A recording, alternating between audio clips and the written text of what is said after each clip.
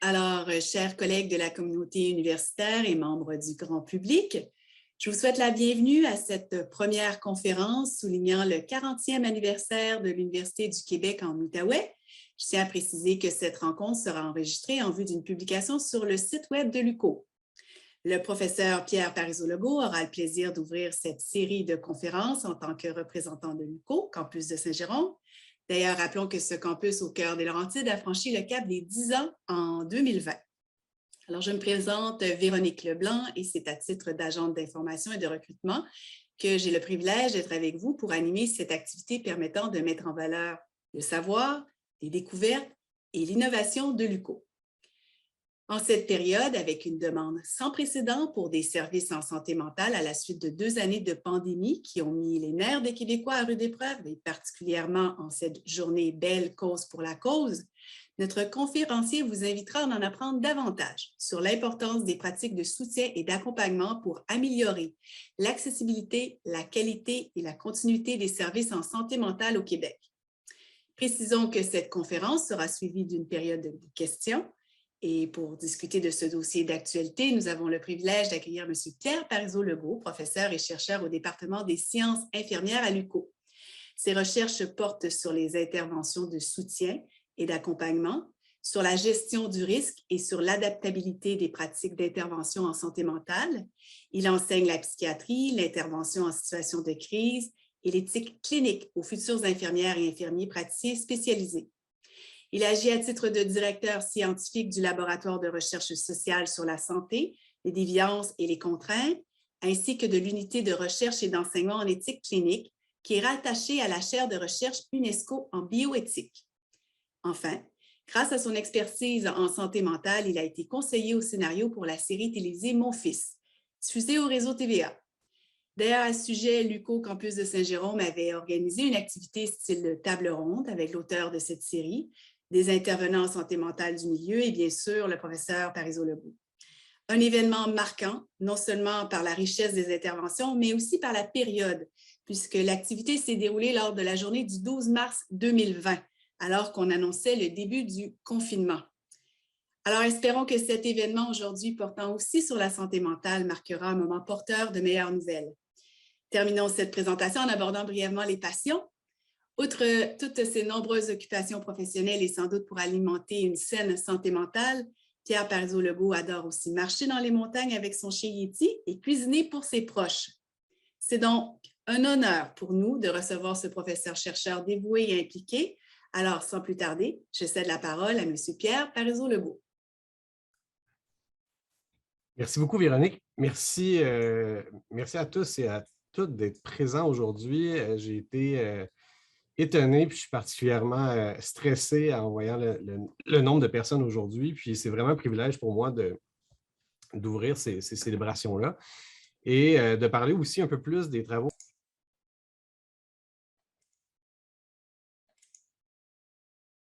Oh, pardon, je pense que là, le son est revenu. Parfait. Donc, c'est un plaisir d'être avec vous aujourd'hui pour vous parler un peu des travaux que je fais, mais aussi pour un sujet qui est, à mon avis, particulièrement important dans le contexte actuel en termes d'accessibilité des services de santé mentale. Et évidemment, je ne voulais pas non plus rentrer dans un mode de conférence où on retenait du message principal qu'il fallait prendre soin de nous. Je pense qu'on l'a assez dit dans les derniers mois. Par contre, ce qui est intéressant, c'est de s'intéresser au processus qui nous permet de prendre soin dans les pratiques d'intervention, puis c'est un peu le but de la conférence d'aujourd'hui. Je m'excuse à l'avance si parfois je parle vite, mes étudiants me le disent souvent, je vais essayer de faire de grands efforts pour ne pas le faire cette fois. Voilà, donc j'aimerais simplement vous dire que, un peu comme dans ce que je fais comme prof, comme enseignant, je démarre toujours en fait mes cours en santé mentale en demandant à mes étudiants, pour vous, qu'est-ce que ça fait une infirmière en santé mentale? Puis je suis toujours assez surpris des réponses. Souvent, on va me dire que on va surveiller la personne, on va administrer la médication, puis on va également faire l'évaluation. Plus rarement, j'entends des discours sur l'intervention, ce qui me pose plusieurs questions. Puis comme prof, moi, mon rôle, c'est d'être un peu naïf là-dedans, puis de dire, ah, c'est intéressant, mais quand on intervient auprès des personnes, quand on les soutient au quotidien, pour vous, ça veut dire quoi soutenir une personne comme telle en santé mentale? Et là, ça nous donne d'autres types de réponses. Souvent, on me dit, c'est d'agir avec empathie, puis d'écouter. C'est comme si, par exemple, l'intervenant comme tel n'avait pas nécessairement un rôle actif à jouer s'il n'y avait pas de modèle d'intervention qui pouvait le guider dans son cheminement clinique. Et je vous dirais que la présentation d'aujourd'hui, c'est un peu pour faire du pouce là-dessus, pour réfléchir en fait à ce qui nous permet, comme intervenants dans le milieu de la santé, de développer un langage commun, d'avoir des outils d'intervention qui sont flexibles, toujours dans une perspective de développer des pratiques de soutien. Puis on va le voir, là, dans les dernières années, les services ont beaucoup évolué et on est de plus en plus dans ce qu'on appelle une approche par étapes, où on commence avec une forme d'auto-soin et on monte tranquillement vers des approches qui sont un peu plus expertes. Je vous dirais que les pratiques de soutien se situent exactement entre les deux. C'est-à-dire que c'est des pratiques d'intervention qui, normalement, sont communes à un ensemble de professionnels et qui doivent leur permettre d'agir dans une très grande variété de contextes cliniques. La présentation aussi découle d'un constat qu'on fait souvent puis qui est très bien documenté en soins infirmiers, notamment. Je parle pour ma profession ici, étant moi-même infirmier. J'ai été infirmier en santé mentale pendant 10 ans, comme infirmier de liaison d'abord, puis comme infirmier en psychiatrie pour adolescents. Souvent, ce qu'on constate dans les écrits, c'est qu'on voit que la pratique a tranquillement été investie par le discours biomédical et qu'il reste en fait très peu d'éléments qui relèvent du psychosocial. C'est comme si finalement le biomédical, les fameux systèmes de classification de type DSM, par exemple, que certains intervenants doivent connaître, déterminer un peu l'ensemble de nos pratiques et laisser peu de marge de manœuvre pour des éléments qui sortent de ce cadre de classification-là.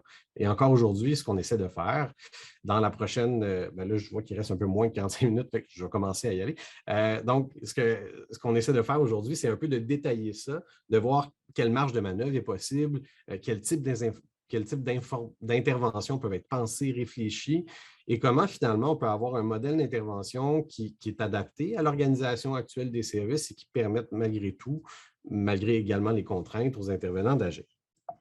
Et donc, j'irai avec 4 grandes idées principales pour la présentation d'aujourd'hui. Je vais commencer en fait en faisant un topo très rapide sur l'accès aux services de santé mentale au Québec, en faisant en fait une histoire très récente.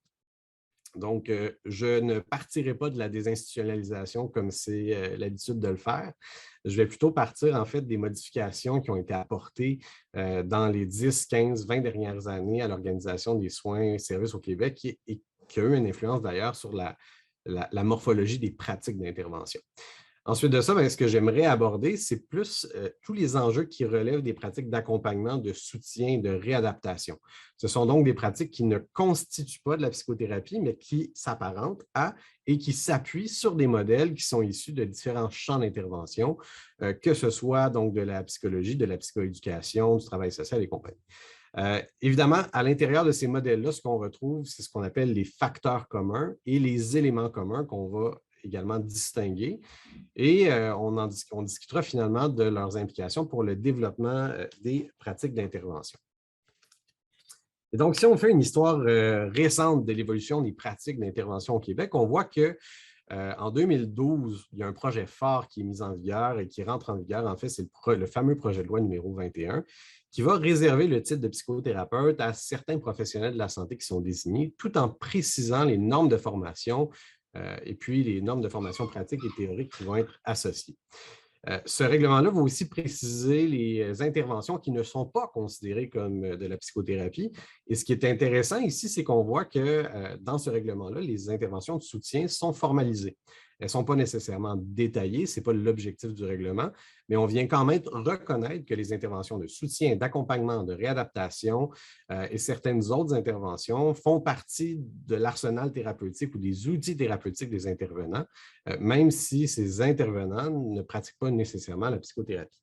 Et donc, à partir de ce règlement-là, on ouvre la porte de la psychothérapie. En fait, on vient sécuriser le champ d'intervention à un certain nombre d'intervenants qui sont membres d'autres professionnels. Donc, on parle de criminologues, d'ergothérapeutes, des infirmiers, infirmières, des psychoéducateurs, travailleurs sociaux, thérapeutes conjugaux et familiaux et sexologues. Et je pense que je n'en ai pas oublié.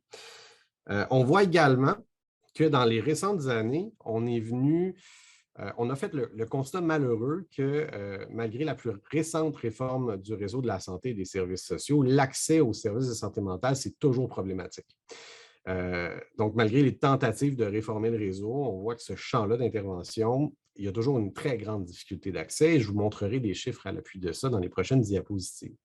En 2017, le ministère de la Santé et des Services sociaux a annoncé la mise en place de ce qu'on appelle désormais le Programme québécois pour les troubles mentaux, les intervenants, on appelle ça souvent le PQTM. Le PQTM va s'inspirer du modèle de soins par étapes qui est déjà mis en œuvre au Royaume-Uni et qui s'appuie également là, sur des recommandations de l'Organisation mondiale de la santé qui ont été émises à partir de 2007. Et hier matin, on a également le nouveau programme gouvernemental en santé mentale, le PAISM, qui a été publié officiellement dans une conférence de presse et qui est désormais accessible pour consultation, là, donc qui a été publié pas plus tard qu'hier. Quand on s'intéresse aux chiffres comme tels, on voit ici que quand on s'intéresse à l'accès aux services de santé mentale, et ici, là, je réfère à une étude de Champagne, de Conte-Andréopoulos, Sainte-Marie, puis Chartrand, qui a été publiée en 2018, on voit là, à partir des données de 2017 que la santé mentale fait partie, en termes de performance, d'accessibilité, des domaines de santé qui sont sans doute les plus problématiques dans l'organisation des soins et des services de santé. Évidemment, moi, je suis professeur et chercheur au campus de Saint-Jérôme. Et si on regarde le CISS des Laurentides, en termes de positionnement, on voit que le positionnement du CISS des Laurentides est en 19e place sur 21, je crois, là, en termes d'accès aux services de santé mentale. L'Outaouais est également là, dans une position qui est similaire. Ce que je vous invite également à voir, c'est que les cases que vous avez en rouge, donc qui sont des cases pour lesquelles l'accès à des services de santé est problématique, sont beaucoup des cases associées aux problématiques d'ordre psychologique ou social. Hein. On a vraiment, à l'exception peut-être des urgences ou des chirurgies oncologiques là, pour lesquelles on voit qu'il y a des problématiques d'accès dans certaines régions, on voit que les services psychosociaux, que les services relatifs aux personnes âgées, à la santé mentale et aux dépendances font partie des services pour lesquels il y a un accès souvent difficile. Et donc, on voit ici qu'on est dans des zones de marginalité, en fait, où les services de santé peinent encore une fois à rejoindre les personnes dans leur milieu et à leur garantir une offre de services offerte de manière opportune en répondant à leurs besoins. Et donc, en santé mentale particulièrement, on voit que la situation, à partir des données de 2017, est assez problématique. Et on voit également qu'avec la pandémie de COVID-19, les listes d'attente pour la santé mentale sont restées quand même élevées. Les chiffres officiels nous démontrent qu'elles n'ont pas nécessairement augmenté ou diminué, mais on se situe en termes de listes d'attente dans un ordre d'environ 20 000 personnes sur les attentes. Et donc, 20 000 personnes sur les attentes environ. Je vous fais également un état des professions, en fait, qui finalement relèvent du champ d'intervention en santé mentale. J'ai retenu ici quelques chiffres et je n'ai pas de prétention d'exhaustivité, mais au Québec, actuellement, on compte dans les derniers rapports des ordres professionnels concernés environ 9 000 psychologues. Là-dedans, il y en aurait 3 000 en pratique privée et dans les régions de Montréal, de Québec et de la Montérégie seulement, il y en aurait 5 000. C'est vous dire donc à quel point, quand on parle d'accès à la psychothérapie, les enjeux en termes de ressources humaines sont importants. On a, avec le projet de loi 21, donc, qui a créé en fait une forme de pratique de psychothérapie accessible à certains professionnels. En plus de ces psychologues-là, s'ajoutent environ 1 500 détenteurs de permis de psychothérapeute. Je vous rappelle que les listes d'attente sont environ de 20 000. Et en termes d'effectifs pour les autres professions concernées, et là, j'ai retenu ici les professions qui sont desservies par l'UQO en termes de programme, on compte donc environ 15 000 travailleurs sociaux au Québec, 5 200 psychoéducateurs et 80 000 infirmières. On voit donc qu'on gagne à avoir une vision de plus en plus élargie des personnes qui peuvent être habilitées à intervenir sous l'angle de la santé mentale, et que cette vision-là doit répondre avant tout des pratiques d'intervention, de soutien, d'accompagnement et pas uniquement des pratiques de psychothérapie. On va voir que ça s'arrime de manière assez générale à la nouvelle façon d'organiser les services au Québec en termes de traitement par étapes. Je vous mets également d'autres chiffres qui sont intéressants pour nous faire réfléchir à tout ça. Dans une étude de Moroz là, publiée en 2020, on estime à environ 1,5 % seulement le ratio de personnes qui ont un trouble de santé mentale qui vont requérir des services spécialisés. Les auteurs vont dire également qu'environ 90 % des troubles mentaux courants, quand on parle de troubles mentaux courants, on parle généralement d'anxiété, de dépression, vont être traités en fait en première ligne, dans les CLSC, dans les GMF, dans les cliniques communautaires. Et l'intégration des services de psychothérapie, on estime qu'on pourrait avoir une économie d'échelle de 20 à 30 % en termes de dépenses associées aux services de santé mentale. On voit donc tout l'intérêt ici de développer des services communautaires et de première ligne très forts Et ici, je choisis les mots de manière consciente, là. Souvent, on parle de la première ligne comme étant le CLSC, mais les organismes communautaires fournissent un soutien incroyable à plusieurs personnes et sont en fait essentiels à une offre de services de santé mentale de qualité puis adaptés aux besoins des personnes. Donc, on voit ici que de manière très générale, on pourrait traiter un énorme bassin de population à l'intérieur même des services communautaires ou de première ligne, si on veut, et que finalement, ben, il y a une fraction seulement de ces personnes-là qui se rendraient à un niveau d'intervention assez important là, pour nécessiter des services spécialisés. Et au Québec, on parle donc de services spécifiques, spécialisés ou surspécialisés là, dans la nouvelle façon d'organiser ou de réfléchir aux services. Si, pour certaines personnes, le traitement par étapes peut paraître un peu étranger, je vous ai mis un graphique ici qui schématise un peu ce que l'OMS proposait. Il proposait donc de voir des services comme débutants par les pratiques d'auto-soins et montant tranquillement dans un niveau d'intensité plus élevé vers des services de spécialité ou de surspécialité. Donc, au lieu de tout de suite commencer avec une intervention très intensive, on souhaite plutôt adapter l'intervention au niveau d'intensité de la problématique. Et donc, ici, on suppose que les autosoins peuvent répondre à certaines personnes et que d'autres personnes là, vont augmenter tranquillement là, dans l'échelle d'intervention. Donc, on part de l'auto-soin dans une forme de pyramide et on monte jusqu'aux services surspécialisés. Je vous ai mis également la traduction que le réseau Calaxia a fait de ce modèle-là en 2009. La pyramide d'intervention a un peu changé avec les nouvelles lignes directrices du Royaume-Uni, mais on voit ici qu'encore une fois, on commence au niveau communautaire et on va monter tranquillement jusqu'au service de deuxième et de troisième ligne. Dans le nouveau PAISM là, qui est sorti hier, donc ce matin, j'étais encore en train de modifier la présentation, on voit également que l'organisation des services reprend cette logique-là. Et je vous invite à considérer la présentation d'aujourd'hui vraiment dans le bas de la pyramide. C'est-à-dire que ce qui m'intéresse, moi, c'est les pratiques de solidarité, de soins, d'accompagnement, les pratiques de souci de l'autre, si on peut dire, en termes peut-être plus anthropologiques, que des pratiques qui seraient nécessairement expertes. Et donc, on voit ici que l'intervention en santé mentale démarre à partir des services généraux, offerts en communauté, offerts dans les GMF, offerts dans les CLSC, et qu'ensuite de ça, on va augmenter là, dans la pyramide en termes d'intensité et de spécificité. Et donc, on veut également atteindre des populations très spécifiques en termes de besoins, mais également aller chercher un niveau d'expertise de service qui est développé. Et encore là, il y a plein de nuances à faire là-dedans. Donc, si vous voyez, si vous vous rappelez du graphique que je vous ai présenté, je vous invite également à réfléchir au continuum de santé et de maladie mentale.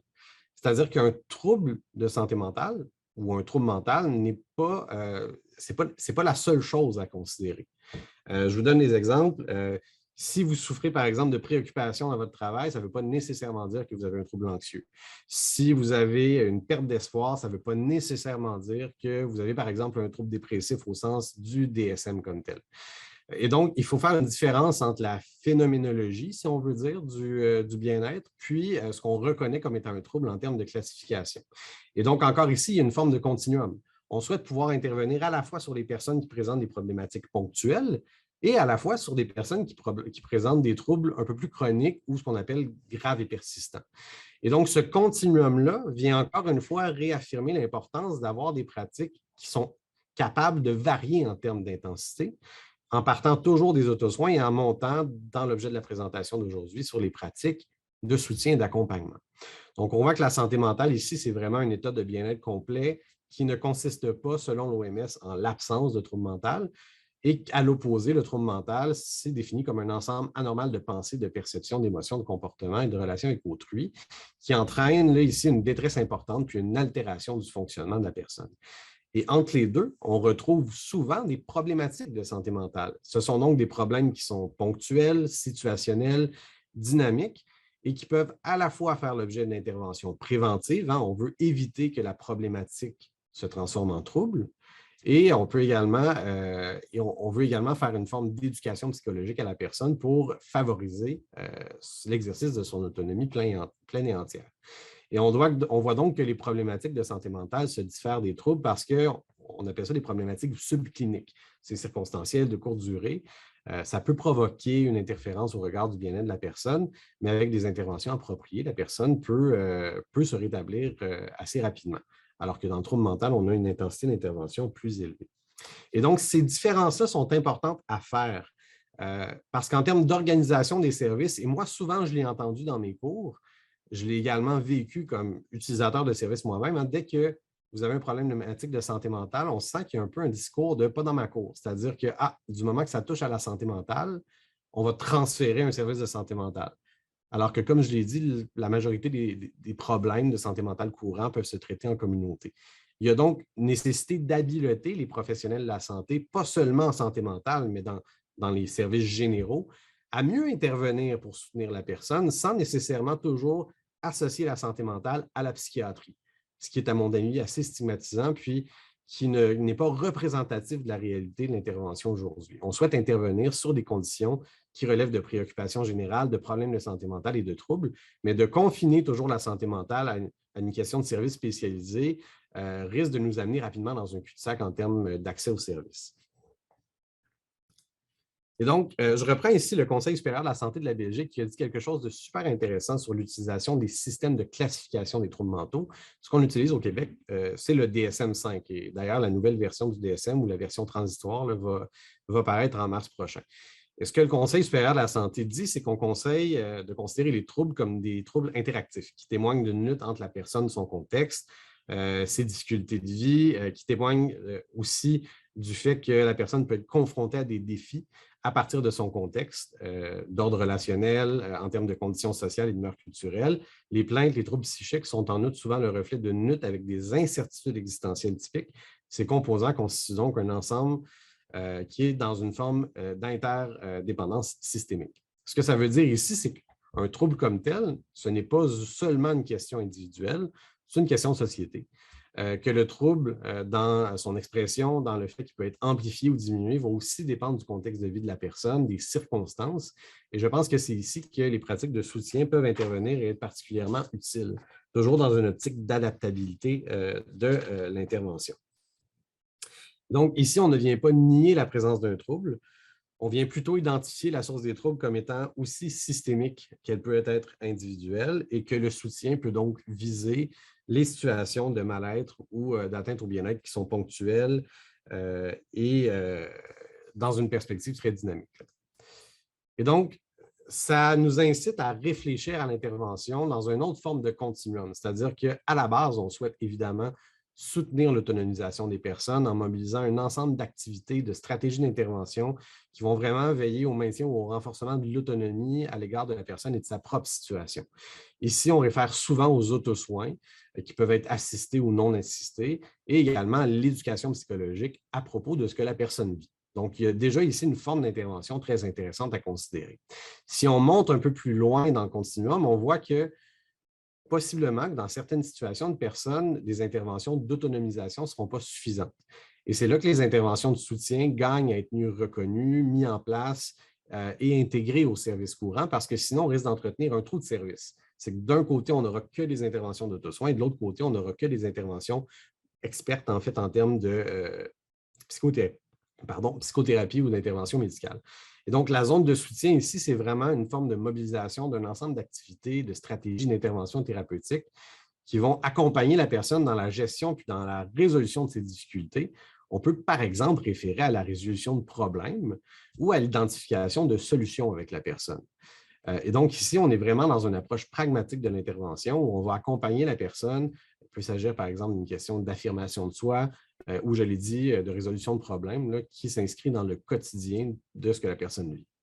Et on peut monter en termes d'intensité dans une zone d'expertise où là, on a un ensemble d'approches et de traitements biopsychosociaux qui participent donc au traitement des troubles mentaux et qui vont contribuer là, pour les personnes qui vivent avec un trouble mental au processus de rétablissement de la personne. On peut, par exemple, penser aux équipes surspécialisées ou spécialisées, par exemple, équipe jeunes adultes psychotiques ou premier épisode psychotique, où là, ici, on fournit également des interventions de soutien, mais on a également un degré d'intensité très élevé.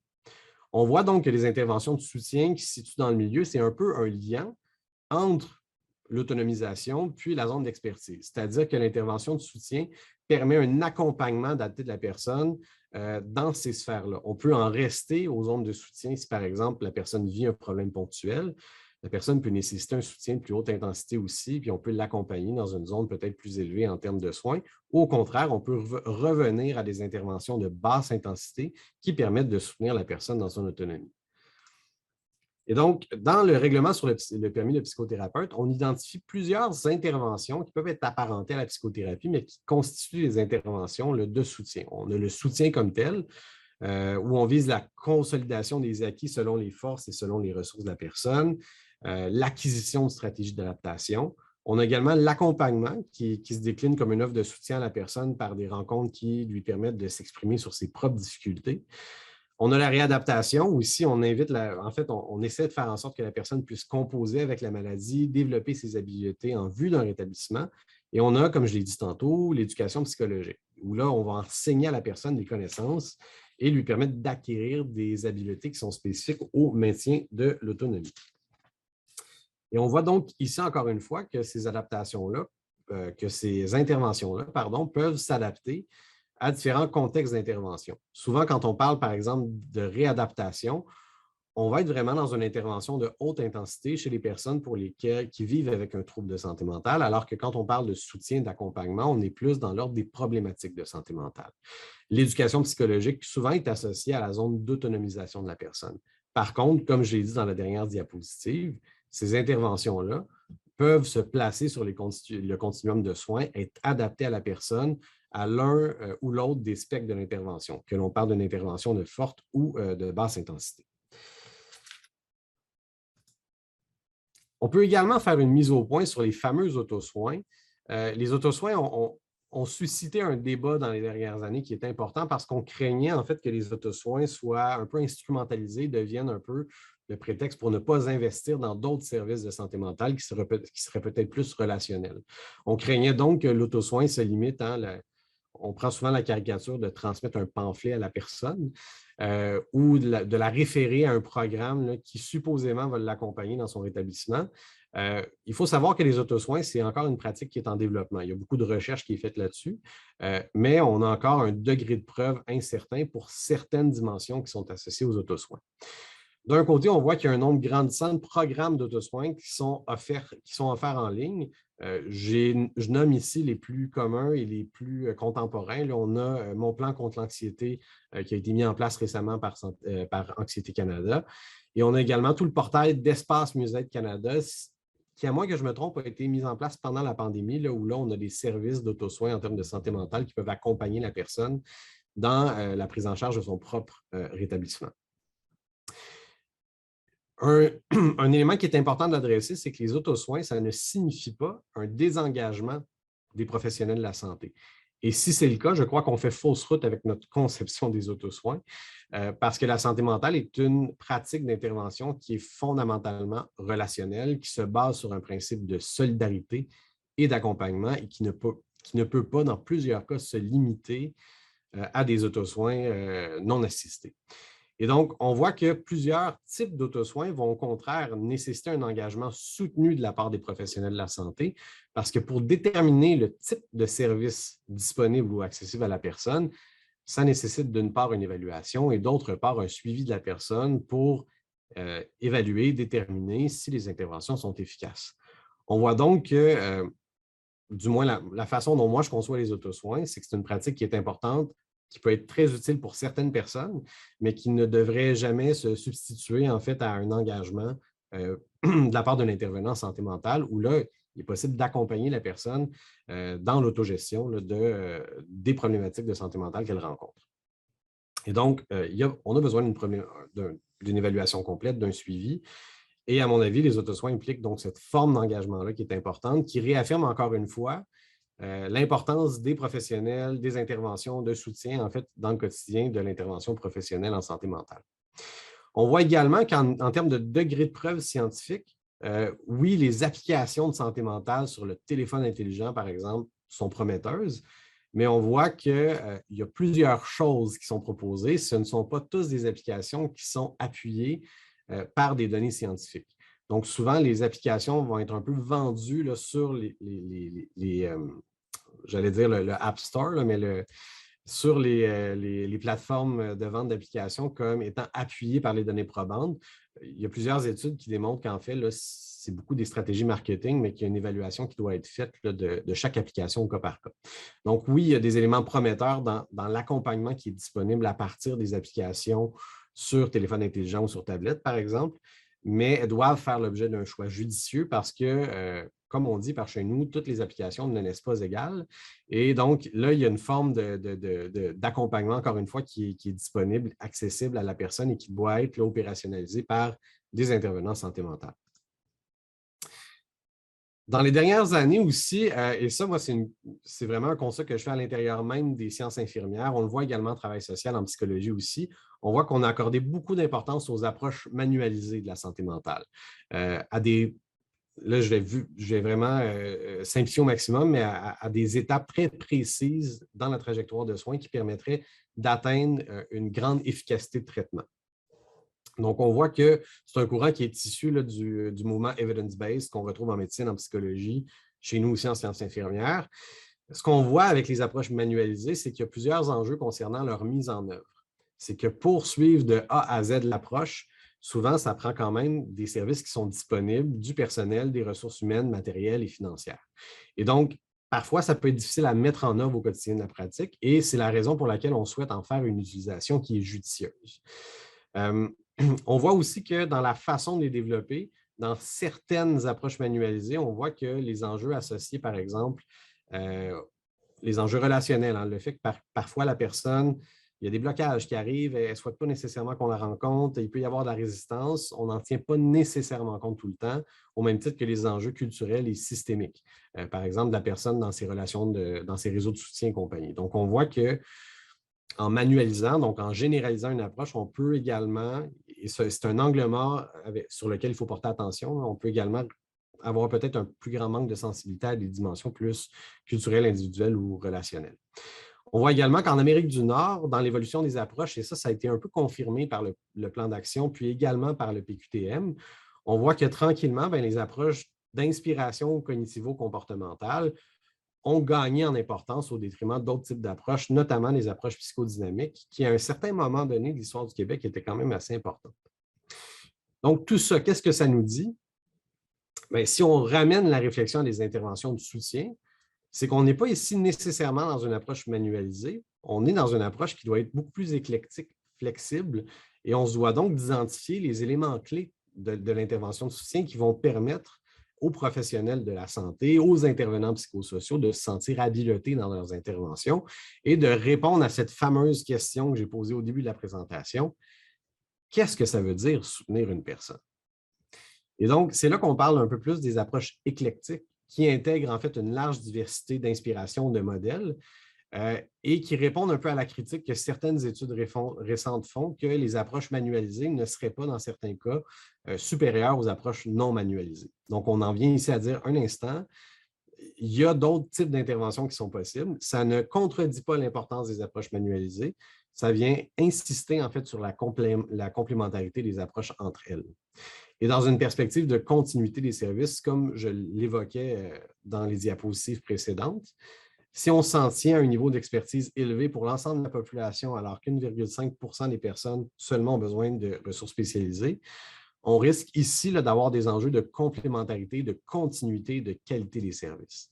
Et donc, ces approches de soutien-là deviennent potentiellement intéressantes. Évidemment, il faut absolument faire des recherches là-dessus pour démontrer leur efficacité, mais elles deviennent intéressantes pour assurer le lien, pour avoir une fonction de liant entre des services qui visent plutôt l'autonomisation de la personne et des services d'expertise spécialisés ou surspécialisés. Et donc, il y a peut-être des personnes parmi vous qui se sont dit « Ouais, OK, c'est un vocabulaire très technique. C'est quoi ça, des facteurs communs? C'est quoi des éléments communs? » On va prendre le temps de les définir un peu. Quand on parle d'éléments communs, en fait, on réfère aux éléments techniques qui composent une intervention. La résolution de problèmes, l'exposition, l'activation comportementale, l'affirmation de soi, c'est des éléments communs de l'intervention et ces éléments-là ne sont pas spécifiques à un trouble ou une problématique. Parfois, on arrive devant un client qui, par exemple, peut avoir des difficultés d'affirmation de soi dans son couple, dans son entourage et compagnie. Ce n'est pas nécessairement associé à un trouble. Ça peut l'être, mais ce n'est pas nécessairement. D'autres fois, on voit que la personne se présente avec une symptomatologie qui s'apparente à des symptômes dépressifs ou anxieux. Et là, on voit que certains éléments communs ont une efficacité qui est attestée. C'est le cas notamment de l'activation comportementale, dont l'efficacité est reconnue en termes de gestion des symptômes dépressifs. Et on voit également que l'activation comportementale s'intègre à des approches également manualisées. Donc, des pratiques de soutien qui sont informées par des éléments communs vont pouvoir procurer une plus grande flexibilité d'intervention aux intervenants et peut-être même une plus grande confiance en leurs interventions. Et comme j'ai dit tantôt, il y a des recherches supplémentaires et je pense que ça, c'est une partie de l'agenda qui s'annonce à nous si on veut mettre de l'avant les interventions de soutien, c'est d'aller attester l'efficacité de ces interventions-là. Donc ça, ce sont les éléments communs. Hein? Rappelons-nous que c'est des techniques d'intervention générales, non spécifiques à un trouble, mais qui, dans certains cas, ont une efficacité bien établie. À la différence des facteurs communs, ici, je m'appuie sur des recherches qui ont démontré que l'efficacité du processus psychothérapeutique va dépendre de facteurs communs à toutes les approches plutôt qu'à une approche spécifique. Et donc, ces recherches-là en sont venues à démontrer, à suggérer que l'important ici, ce n'est pas nécessairement d'avoir une approche cognitivo-comportementale, psychodynamique, familiale, systémique. C'est qu'il y a des facteurs communs à toutes ces approches-là qui, eux, vont être vraiment très importants dans l'efficacité d'une intervention. Et encore ici, il y a des recherches qui ont commencé à isoler ces facteurs-là dans l'intervention en santé mentale de manière générale et pas uniquement dans les approches psychothérapeutiques. Donc, de plus en plus, on veut identifier les facteurs communs aux interventions et donc aux interventions de soutien sans nécessairement limiter l'importance de ces facteurs-là à la psychothérapie comme telle. Ça vient encore une fois réaffirmer l'importance, la responsabilité et l'engagement qui est nécessaire de la part des professionnels de la santé lorsque vient le temps d'intervenir. Et donc, les facteurs communs ici vont se référer aux éléments qui sont vraiment transversaux des interventions, comme par exemple les qualités interpersonnelles de l'intervenant, la présence d'une alliance thérapeutique et aussi de la part de la personne, ses espoirs, ses attentes par rapport au traitement. Dans les éléments communs aux interventions, on note souvent là, dans les grands ensembles d'éléments communs, je vous dirais qu'on note 4 stratégies qu'on retrouve souvent dans plusieurs interventions. On a les stratégies psychoéducatives, hein, le fait d'informer la personne sur la problématique de santé mentale ou sur le trouble. Et souvent, ça, ce dont on se rappelle un peu moins, c'est que cette stratégie-là a souvent un effet normalisant, déculpabilisant, en plus d'avoir un effet autonomisant.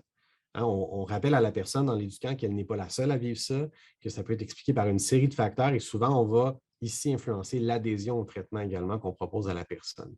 Et donc, en apparence simple, ces approches-là peuvent soutenir un meilleur engagement thérapeutique.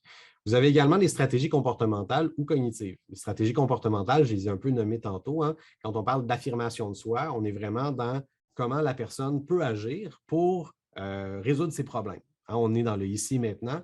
On peut donc être dans la résolution de problèmes, dans la recherche de solutions, dans les stratégies qui permettent à la personne de mieux s'affirmer, de reconnaître ses limites, et on est dans le ici et maintenant de l'intervention. On a également des stratégies cognitives hein, qui nécessitent que la personne puisse reconnaître des pensées erronées, puis les remplacer par des pensées qui sont peut-être plus adaptées.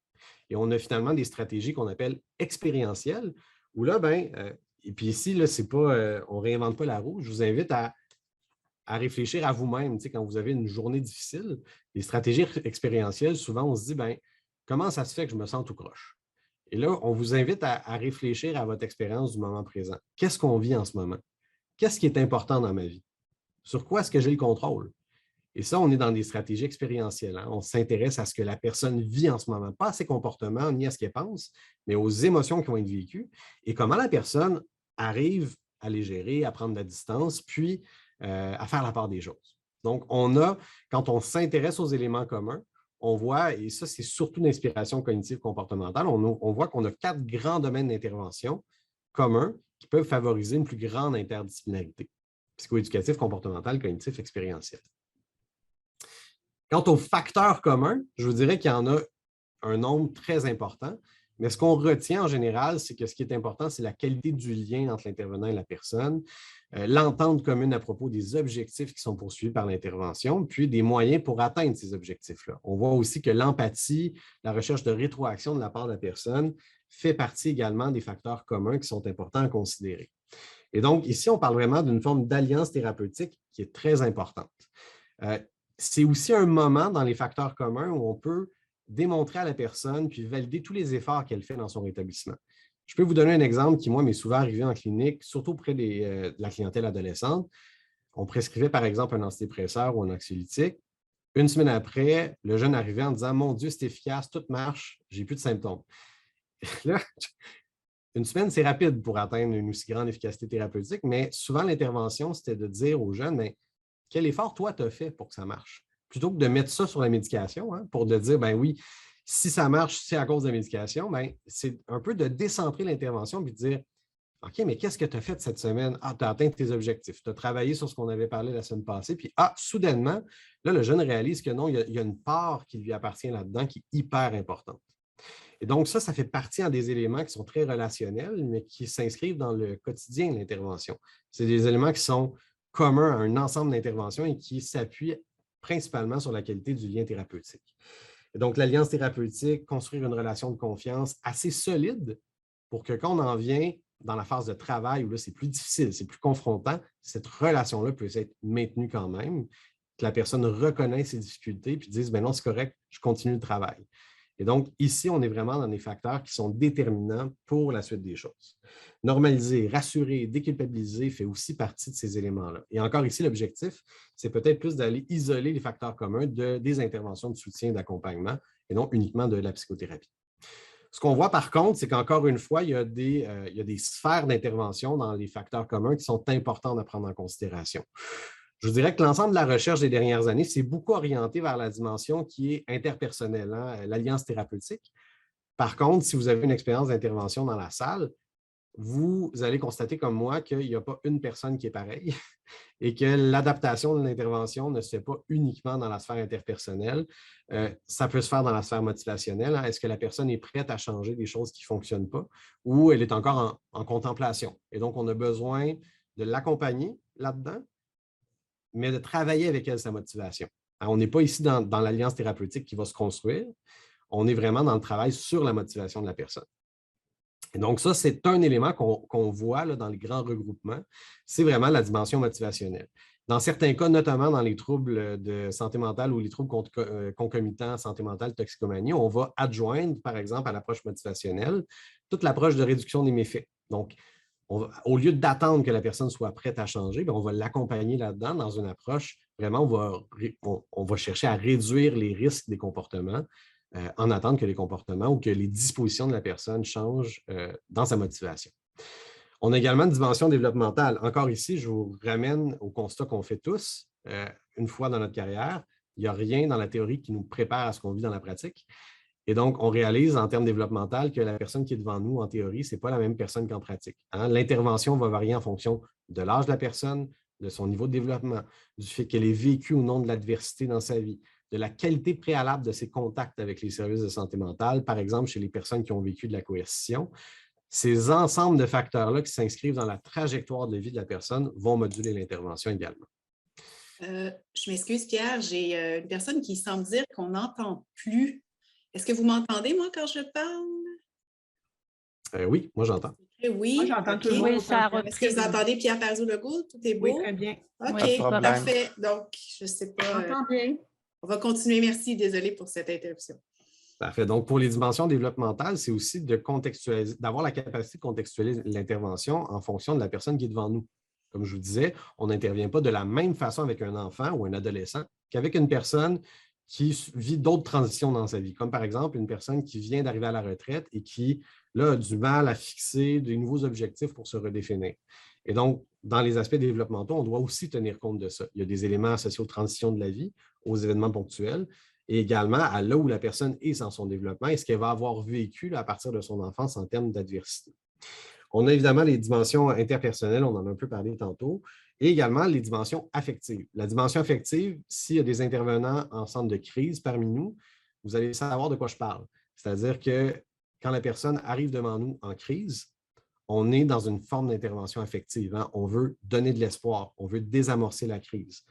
On veut permettre à la personne de trouver des solutions pour diminuer un peu l'intensité émotionnelle qu'elle vit par rapport à la crise comme telle. Et donc, encore une fois, d'identifier ces dimensions-là nous permet d'avoir une plus grande flexibilité d'intervention, un langage commun aussi dans une forme interdisciplinaire et permet donc d'adapter l'intervention à la personne qui est devant nous. Et là, ici, dans certains cas, la sphère motivationnelle va prendre beaucoup de place, tandis que dans d'autres cas, on va être vraiment dans la sphère affective, on va gérer la crise, puis dans un deuxième temps, on va peut-être adresser d'autres dimensions associées aux facteurs communs. Et en ce moment, je vous dirais que la dimension interpersonnelle, c'est la dimension qui est sans doute la mieux reconnue des facteurs communs. Mais si on s'intéresse au développement d'interventions de soutien, on gagne peut-être à aller un peu plus largement que ça pour identifier les approches existantes qui sont regroupées là, sous l'angle des facteurs communs. Évidemment, tout ça, c'est beau en théorie, mais en pratique, il y a des enjeux pour le développement des pratiques. Les premiers enjeux, c'est les contraintes organisationnelles. C'est-à-dire qu'encore aujourd'hui, au Québec, on est dans une hiérarchisation des pratiques. Souvent, dans les entrevues de recherche que je mène, j'entends le réflexe de dire, ben, si le médecin ne l'a pas déterminé, on ne peut pas vraiment agir. Et moi, mon programme de recherche cherche un peu à faire, je vous dirais, un contrepoids à ce discours-là pour autonomiser les professionnels à agir dans leur champ d'exercice. Et donc, oui, on a des pratiques hiérarchisées et ça dépend aussi d'une question d'accès et de rationalisation des services et il y a des contraintes en termes humains, matériels et financiers qui peuvent nuire au développement des interventions. Par contre, il y a d'autres enjeux aussi. Actuellement, et là, je parle des soins infirmiers particulièrement, on voit que la pratique est vraiment orientée vers le biomédical, ce qui fait en sorte que les intervenants ont peu de mots pour décrire leurs expériences d'intervention. Eux-mêmes peuvent difficilement faire sens avec le type d'intervention qu'ils vont mettre en place lorsque ces interventions-là s'écartent de l'aspect biomédical. Donc, je pense qu'il faut qu'on accorde une importance à la socialisation professionnelle des intervenants dans un modèle biopsychosocial. Et en ce moment, le constat que les études font souvent en sciences infirmières, c'est que les interventions sont très biomédicales. Évidemment, il y a une sensibilité contextuelle. Hein? Oui, la personne qui est devant nous peut avoir un degré de motivation différent et compagnie. Il y a des enjeux culturels, de comorbidité. On se rappelle aussi, ça c'est une étude ontarienne, mais que 70% des personnes hospitalisées en Ontario le sont contre leur gré, ce qui veut dire qu'il y a énormément de coercition en santé mentale encore aujourd'hui. Pour les personnes qui se demandent l'origine de mes réflexions, mon programme de recherche, moi, est en médico-légal et je m'intéresse en fait à la destruction, la reconstruction et le maintien d'alliances thérapeutiques dans les contextes de coercition, ce qui m'a mené à m'intéresser aux interventions de soutien à l'exercice des droits. Et donc, il y a ce contexte-là qui est à prendre en compte aussi, qui est souvent difficile pour l'intervenant. Et donc, dans les objectifs que je poursuis avec mon équipe, ça me permet un peu de vous parler de ça, c'est d'en arriver à des formulations cliniques qui permettent de mettre des mots sur ce qu'on fait et d'avoir une reconnaissance pour ce qu'on fait. Et en ce qui me concerne plus spécifiquement, c'est vraiment de mettre des mots sur le type de soutien médico-légal qui est offert aux personnes qui sont ciblées par la coercition en santé mentale. L'objectif numéro 2 qu'on poursuit, et puis à l'UQO, c'est déjà le cas, on est dans un vaste chantier pour mettre en œuvre, adapter la trajectoire de formation des étudiants à l'évolution des pratiques et des services de santé mentale. Je vous donne un exemple. En ce moment, au Royaume-Uni, les nouvelles lignes directrices apparaissent en termes de gestion de la dépression font en sorte que la première intention de traitement va être des traitements d'ordre psychosocial beaucoup plus que médical. Et donc, si nous, on en reste dans notre vision biomédicale, on risque d'avoir une pratique qui n'est pas du tout à jour sur le plan des meilleures pratiques. Et donc, ici, on doit s'adapter à ça et on doit permettre cette flexibilité-là de l'intervention d'émerger de l'intervenant lui-même sans nécessairement attendre que par magie, les services se réorganisent. Donc, on joue à deux niveaux ici. Évidemment, mais on doit développer la sensibilité contextuelle aussi, là, notamment en identifiant les enjeux intersectionnels associés à la santé mentale. Parce que ce serait facile de tout ramener à l'individu, mais en santé mentale, on doit aussi prendre en considération les situations de discrimination, d'exclusion sociale, d'insécurité alimentaire, de pauvreté. Et dans les Laurentides, je prends un exemple de perte de logement, par exemple, et durant les 2 dernières années, cette problématique-là est allée en grandissant.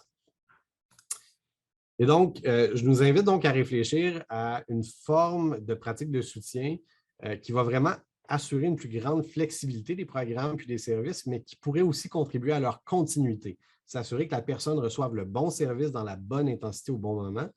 Et à partir de là, le fait de développer des facteurs et des éléments communs va permettre également de développer un langage commun de l'intervention, ce qui permet aussi aux intervenants entre eux de mieux s'entendre sur la poursuite, la planification des traitements. Je vous remercie. J'ai réussi à finir dans les temps. Il reste évidemment du temps pour les questions. Et évidemment, si mes travaux vous intéressent, je vous invite à me contacter. À l'UQO, on est toujours ouvert aussi aux étudiants, donc n'hésitez pas si vous avez envie de développer ce genre de pratique-là dans les études à l'UQO. On est toujours ouvert pour ça et je pense que c'est un très bon milieu pour le faire. Merci énormément de votre écoute et n'hésitez pas pour les questions. Merci beaucoup, M. Parzologo. D'ailleurs, on a une question qui est revenue souvent pendant la présentation. Est-ce que cette présentation-là peut être partagée aux gens? Oui, je vais juste regarder pour les images, pour les droits, mais oui, je pense que c'est possible. Gardez en tête que ce sont des travaux qui sont en cours aussi. C'est un exercice de vulgarisation, que ces pratiques-là doivent être développées, mais il y a certainement possibilité de rendre la présentation accessible. OK, donc si c'est possible à rendre, peut-être la partager individuellement, c'est-tu préférable que de la mettre sur le site Internet ou parce que je pourrais dire aux gens de m'écrire tout simplement, puis je pourrais la faire suivre. Parfait, à ce moment-là, il n'y a pas de problème. On pourra faire un partage individuel pour les gens qui sont intéressés. Donc, je vous écrirai mon courriel dans la zone de discussion. Je vais y aller rapidement parce que avant de passer à la période de questions, que je pense qui est très attendue, je voulais vous informer des 2 prochaines conférences dans le cadre du 40e de l'UQO. Alors, il y aura la professeure et chercheure Catherine Turgeon qui abordera les défis de la conservation des espaces menacés sur les terres privées. Et ça se passe le 10 février, toujours à 11h30. Et également, la professeure Isabelle Côté, et je crois qu'elle est parmi nous aujourd'hui, présentera un midi-conférence sur les mutations des familles contemporaines. Alors, comment fait-on famille au 21e siècle? Et ça sera présenté le 10 mars prochain, toujours à 11h30. Pour vous inscrire ou pour plus d'informations, rendez-vous sur uco.ca/40e. Alors maintenant, si vous avez des questions en santé mentale, la parole est à vous. Ou devrais-je dire, la zone de clavardage vous appartient. Je vous invite à écrire votre question à M. Parzologo qui se fera un plaisir d'y répondre. Alors, je crois que j'en avais déjà quelques-unes.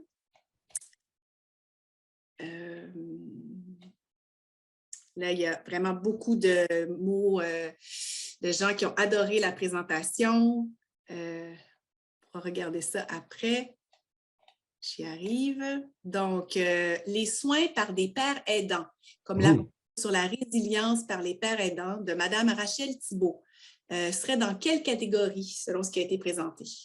Bien, si je reviens à mes éléments ici, je pense qu'ici, on est vraiment dans l'objectif numéro 3. On n'est pas nécessairement dans une dimension, mais dans une sensibilité de l'intervention à différents paradigmes, puis à différentes façons d'approcher les problématiques de santé mentale. Et ici, je pense que, puis le PAISM le dit très bien d'ailleurs, le nouveau plan, il faut absolument qu'on valorise le savoir par et pour. Je prends l'exemple typique des entendeurs de voix qui viennent vraiment d'un mouvement par le bas, et qui tranquillement fait sa place dans l'organisation des services. Je pense qu'ici, il faut qu'on reconnaisse la place de l'intervenant aussi, puis les limites de ses possibilités d'action. Souvent, je dis à mes étudiants qu'il faut qu'ils se demandent s'ils sont les meilleures personnes pour intervenir. Et souvent, la réponse, ça peut être non. Et ça peut être que le parent aidant ici va être beaucoup plus légitime pour intervenir ou que des groupes de soutien par et pour peuvent être ici, encore une fois, plus pertinents dans ce que la personne exprime comme besoin. Donc, dans les interventions de soutien, moi, je vois la question des savoirs expérientiels comme pouvant ajouter à la sensibilité des interventions sans nécessairement que ça fasse partie d'une dimension formellement. Mais c'est sûr et certain qu'on ne peut pas développer les interventions à l'heure actuelle en ignorant complètement, d'une part, les savoirs expérientiels des personnes et de l'autre part, je vais oser le dire, mais les problématiques issues des pratiques psychiatriques là, depuis les années 1970. Et ici, je pense qu'il faut qu'on prenne une position. Il y a, à mon avis, là, dans les professions de l'intervention, en fait, auprès des intervenants ou des professionnels de la santé, mais particulièrement auprès des professionnels de la santé, je pense qu'il est nécessaire de développer une position alliée. Allié étant qu'on a une reconnaissance mutuelle de la part de tout un chacun et on n'a pas la prétention de savoir ce qui devrait être fait là, si ça ne concerne pas nécessairement notre champ d'intervention. Donc, il faut assurer cette complémentarité. Merci. On aimerait savoir ici des exemples concrets d'approches manualisées. Les approches manualisées, vous allez retrouver principalement dans les approches psychothérapeutiques de psychothérapie. Si vous vous intéressez aux approches qui sont destinées, par exemple, à la dépression ou l'anxiété, on retrouve énormément d'approches manualisées qui vont clarifier les étapes de traitement. Je n'en ai pas parlé dans la présentation parce que la présentation visait plutôt les pratiques de soutien et que c'est ça, la manualisation comme telle, c'est un enjeu en soi, là, et je n'aurai pas la prétention de m'avancer là-dessus. Par contre, je peux vous guider là, dans les traitements psychologiques de la dépression, de l'anxiété, il y a beaucoup de manuels, d'approches manualisées là, qui vont déterminer exactement les étapes à franchir. Et souvent, ces approches-là, en fait, font l'objet d'une validation scientifique. Ce que je peux ajouter également, c'est qu'il y a des approches innovatrices qui sont actuellement développées qui également s'inspirent de la manualisation. Je pense notamment à l'entraînement métacognitif qui commence à démontrer son efficacité au niveau du traitement des psychoses et qui est une approche qui est orientée vers la psychoéducation. Et vous avez l'ensemble des documents de cette approche-là disponibles en ligne sur le site du créateur.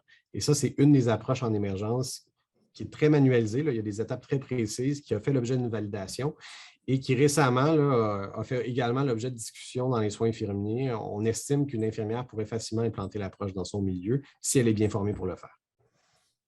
Merci. Un commentaire ici. Je suis totalement d'accord dans le fait que les soins en santé mentale soient très médicalisés, d'où l'importance que les infirmières en santé mentale amènent l'importance des interventions qui ramènent le client au centre de ses soins. J'ai aussi ici l'approche interdisciplinaire, équipe SIM, est-elle implantée partout ou seulement à Québec et Montréal? Est-ce que cette approche est valorisée dans les milieux par les chercheurs? Je n'aurai pas la prétention de savoir exactement l'état d'implantation des équipes SIM, SIC et compagnie. À ma connaissance, il y en a dans les Laurentides, il y en a dans plusieurs autres régions que Montréal et Québec, à ma connaissance. Excellent. Anne Smith, je crois qu'elle aimerait poser sa question. Elle a la main levée. Oui, en fait, ça va être plus facilitant pour moi. Merci beaucoup, M.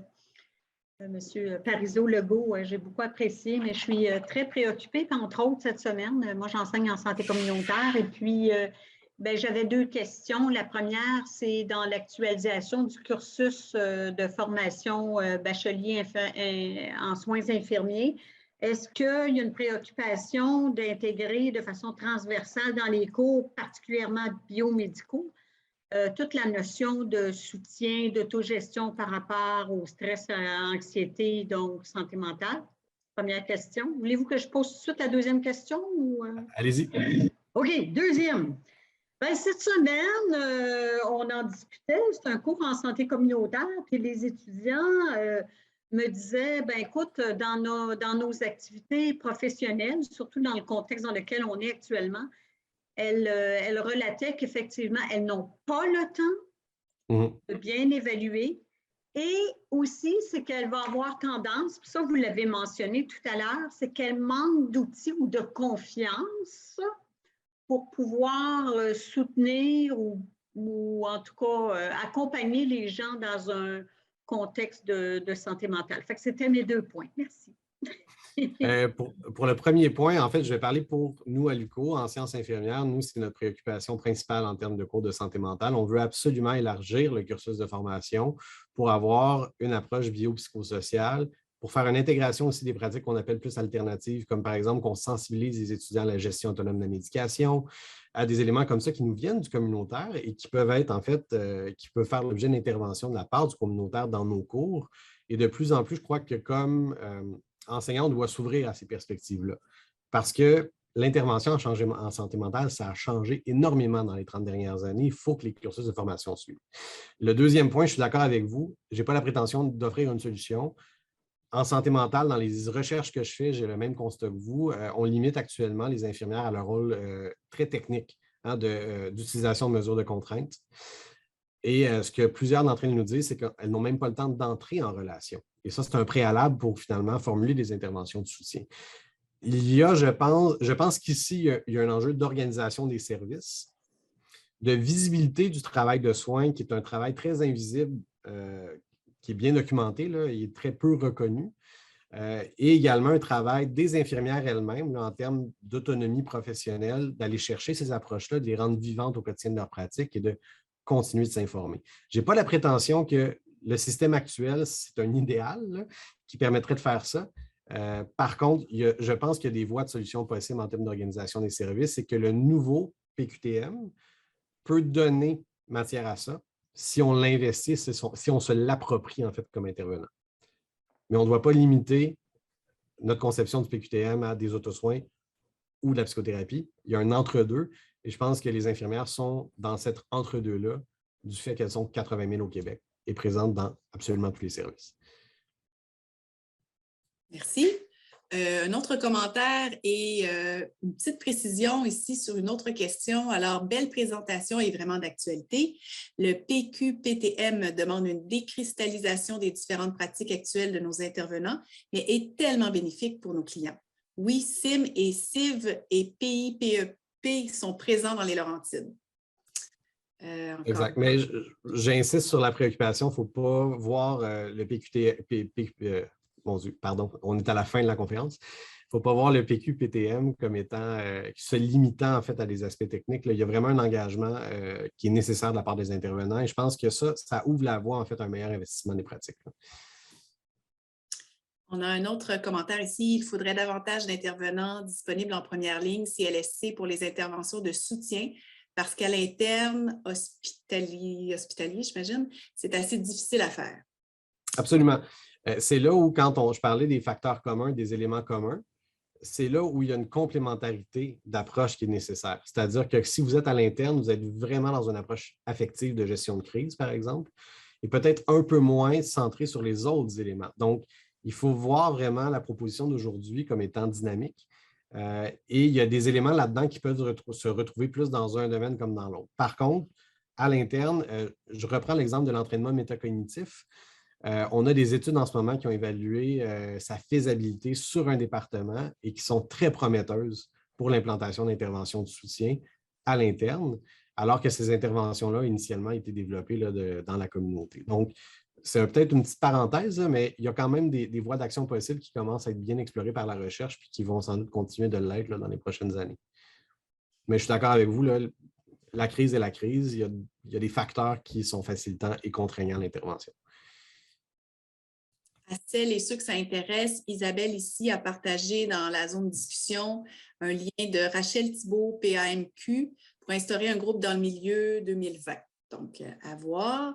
J'ai ici un autre commentaire qui dit « J'ai l'impression que l'aspect légal ou de responsabilité fait en sorte de créer des barrières chez les infirmières qui évitent d'intervenir ou de contredire un médecin.